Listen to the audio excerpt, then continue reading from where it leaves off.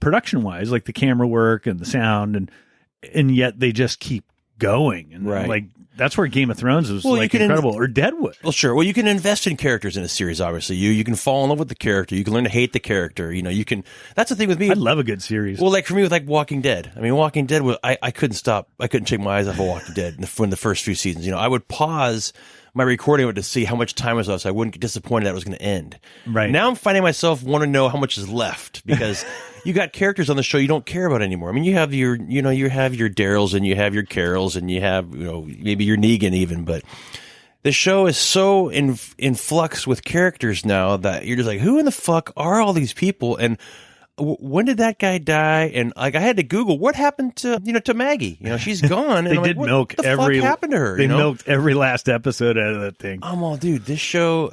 I know. I've heard interviews with the guy who wrote the comic book. He says, I already know the ending in my head, but it's just a matter of time to how much money they could turn up out of this thing. Dude, the funny thing is first of all, half the cast is like English. Oh, absolutely. Yeah. Which is hilarious. Yeah, you see totally. them off the show. Well, the best actors are English because they're mostly trained in Shakespeare, they say. So these guys are... Andrew Lincoln's an Australian, and so... Yeah. Maggie, she's from Philly, but she has a British accent. Yeah. I'm confused. But like Andrew Lincoln, but it's so...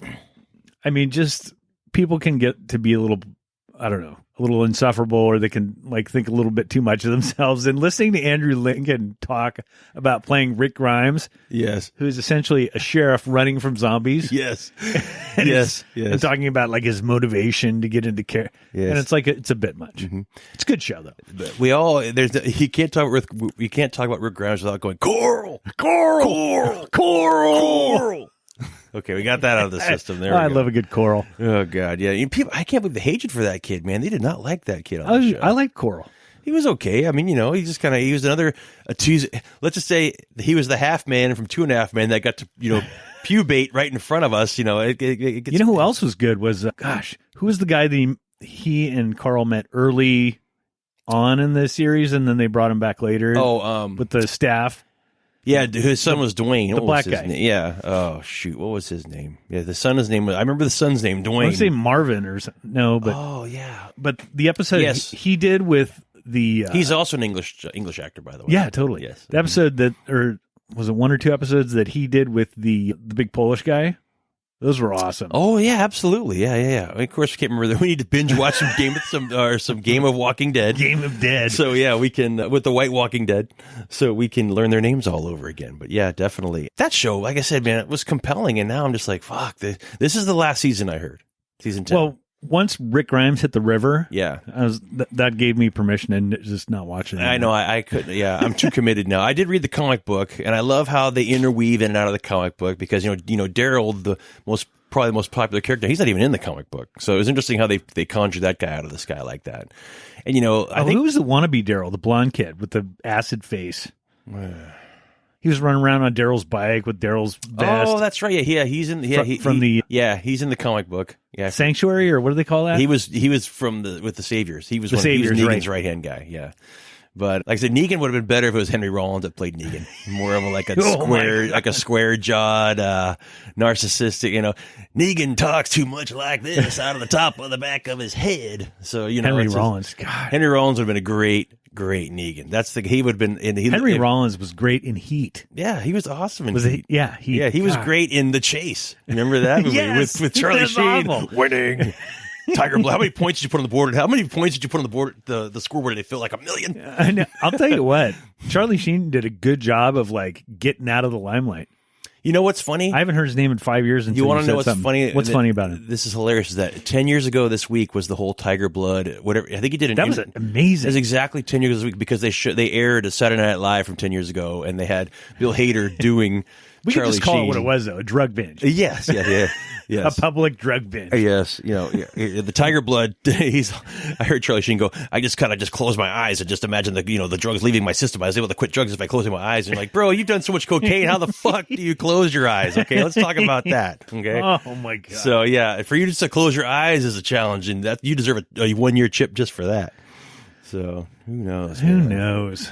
But so so what's it going to be after Game of Thrones? Because I don't know. I do want to complain because the Battle of Winterfell. I mentioned the Battle of Winterfell. Yeah. I couldn't see a goddamn thing. I had to watch. I made sure to watch it at night because I know that it's filmed at night. Because Did you watch it in the backyard? Well, I watched it. I know. I watched it in the family room with the lights off with the blanket over my head. Because I'm watching it on an iPad. So that also doesn't make it great either. But no, that's fine. Yeah, because I always remember. I remember she had the 3 dragons, and I know they lose one, and then I'm like, I know she only don't ends lose one. It fucking zombie dragon. Yeah, and then she loses another one, and of course that what's his name? Yoda Greyjoy. You know, they make these giant crossbow things, and they shoot one down as they're flying into King's Landing. Right. I forgot about that because I'm like, wait a minute, they had 3, now she's down to 1. My favorite character, which is Bronn. Oh, Bronn of the Blackwater. That guy is something else. He's nails. I really kind of fell back in love with Jaime Lannister again this year. Yes. Dude. I forgot how money Jaime is. He's money, dude. And it's a shame for what happens to him at the end. You know how he perishes under that. You know. Oh, you're gonna love the audiobooks then. Oh, okay, yeah, because you get a lot more of the contrast. You have every one of the books. Oh yeah. Okay, cool, dude. Yeah, because it's sad when they die underneath that 4 inches of brick that crushed them to death. But it's a shame that him and it was a great dynamic too. Was of course the brothers Brienne of Tarth and Tormund, Giant's Bane. Is the big woman here? I suckled from the giant's teeth. From the giant's teeth. Yes, I suckled giant's breast milk.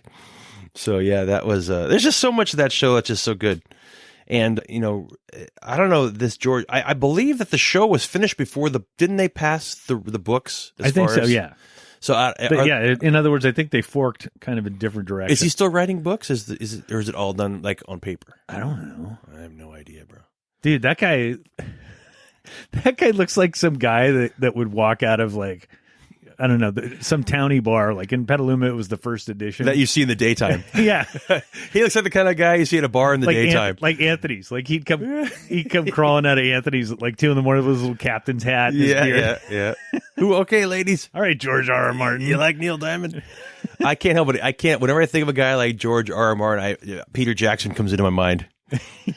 Cargo like a drunk, boozy Jack Black from Jumanji, cargo shorty. Hat sideways, haven't brushed his teeth, in a fortnight, stuff like that. Did you just drop a fortnight? I had to. But George R.R. Martin, he's got that goofy little pirate or skipper's hat on. Yeah. But whereas like Peter Jackson strikes me as like a semi-social guy, like George R.R. Martin, I don't see him ever hanging out with other humans. Yeah, probably not. Is he English or Australian? I don't know. I don't think he's of this world. I know.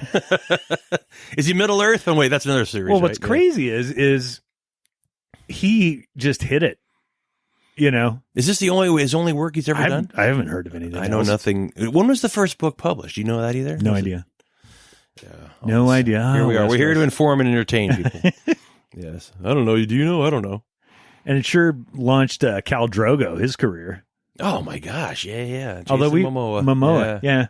Although we haven't had to suffer him too much lately. Yeah, that's true. I mean, until Fabio needs a stunt double, we'll be okay with that. But chicks Momoa, wave your hair and stick your chest out. Chicks get thirsty for this guy. Well, you're kind of Momoa-ish. Well, my name is Jason also, by the way, ladies. And I do wear size 13. I'm an Aries. And yes, I do like long walks on the beach. So, yeah, I guess you could say that. You just don't have the locks. I mean, I got him. Hey, I got him beat on the body fat percentage. That's for sure. You can't touch this, Momoa. We're not playing golf, Momoa. That's right. Exactly. Yep. Try staying warm under all that muscle, big man. So you've been doing. So is it on HBO or HBO Max? HBO Max. I thieved my sister's password and username, and I traded her my ESPN one. So winning. Well, what's cool is here we are. We're in March 2021, and it's like they're talking about theaters again, and they're talking about I can remember the last movie that I saw. Really? It was a week ago. It was a year ago this week. It was that. I don't even remember the name of it. I think. Because we're like at 1 year. Yeah, exactly. I remember it was. God, it was around this time. It was a Sunday. I was with my cousin. And we saw the Ben Affleck movie called. I think it was called The Way Back. Dude, that's really anticlimactic. Yes, I know. It very much. It was going to be that or The Invisible Man with and not with Kevin Bacon, with the other asshole. I can't remember his name. The Bacon Invisible Man was yes, great. Yes. It was definitely a lackluster show, but it was a theater, and so that was really nice. Not realizing that was going to be the last theater. Dude, I don't know about you. They were just getting good with theaters too, like with the recliners and beer. Yes, absolutely. I don't know about you, brother, but the only movie that I've been wanting to see, that I'm dying to see, is Top Gun 2.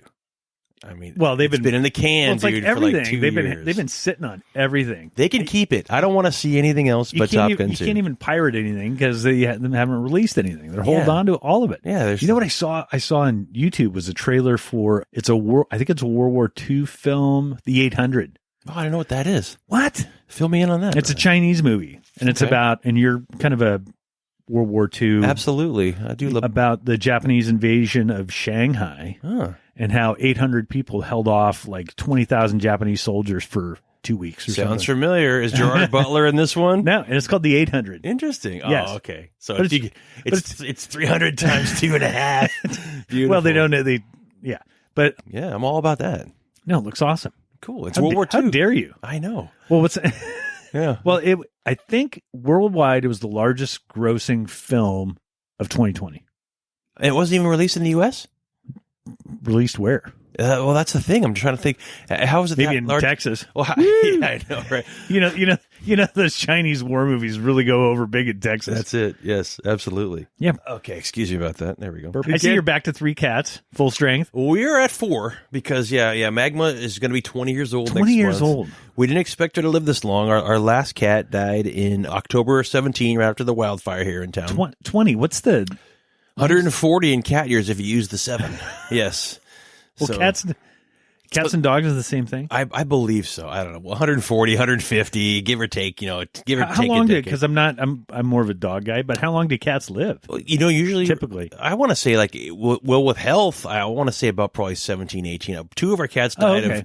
We had one cat die of a hyperthyroid. We had another cat die of kind of like liver failure, liver cancer. They're just getting old. Magma just keeps going. But the problem with Magma is that she wants to eat every 2 hours. She's like a newborn now.